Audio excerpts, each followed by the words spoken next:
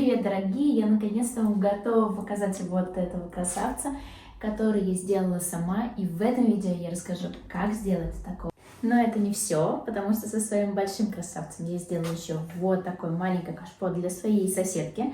Оно, кстати, получилось намного быстрее в исполнении, потому что в целом, если взять все, я делала это кашпо 10 дней, это очень долго. И вот это кашпо делать намного легче, чем предыдущее, так что если вы переживаете, подберите себе нужный размер и не берите сразу размах огромный, как сделала это я. Ну, а теперь погнали! Для кашпо с лимонами нам понадобится само кашпо. У меня было пластиковое, но я рекомендую вам взять керамическое или гипсовое. У меня было два вида, и на это белое, пластиковое, гладкое было очень сложно приклеить лимончики, и пришлось хорошо шкурить поверхность. Также нам потребуется силиконовый молд, и, кстати, все ссылки на материалы и подробную инструкцию я также оставила в своем телеграм-канале. Обязательно переходите, ссылка есть в описании к видео.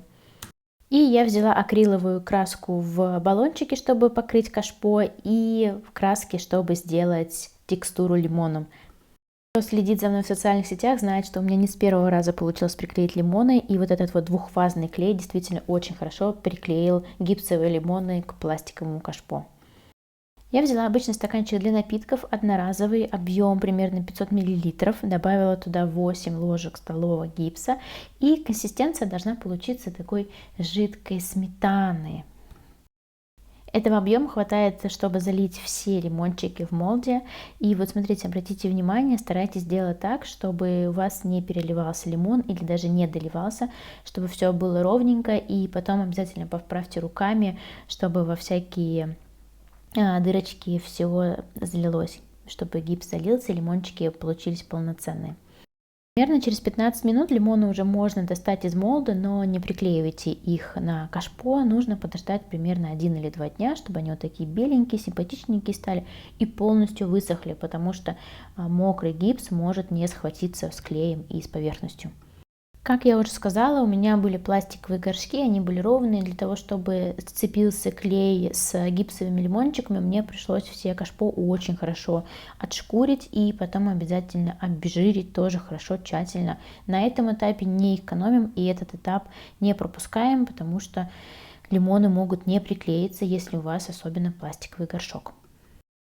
Сейчас я буду показывать прекрасный медитативный момент, он мне очень понравился, когда пшикаем, клеем, лепим, пшикаем, клеем, лепим лимоны. Кстати, клей очень хороший, мне очень понравился, он схватывается сразу, и это удобно, потому что горшок круглый, и когда я пользовалась первым клеем, с круглого горшка все сползало, потому что клей был не моментальный и не сразу же приклеивался. Этот клей приклеивается сразу намертво, и иногда даже хотелось переклеить лимон, потому что я его неровно поставила, но это не всегда получалось. На вот таком квадратном горшке это делать намного проще. Вот я так положила и спокойно клеила лимоны, и мне понравился, правда понравился, хороший клей. Через 24 часа, как клей точно на 100% уже схватился и приклеил лимоны, я начала красить. Красила я на улице в 2 слоя, где-то прокрашивала в 3 слоя, особенно внизу, где не совсем хорошо прокрасилась. И на мои 2 кашпо у меня ушел целый баллончик краски.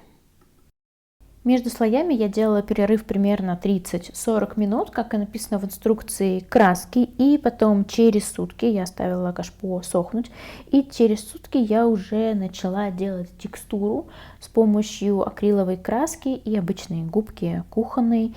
Я делала вот такие вот текстурные штучки, мне это понравилось больше. Я сделала пару штук, попробовала и поняла, что мне с текстурами нравится больше. Они не такие блестящие, они становятся больше похожи на такие действительно живые лимончики. Обязательно подписывайтесь на меня в социальных сетях, чтобы посмотреть, какое же растение и как вообще выглядит в интерьере мое кашпо с лимонами, потому что я еще не купила растение на момент монтажа этого видео. И спасибо, что досмотрели до конца. Всем удачи и всем пока-пока!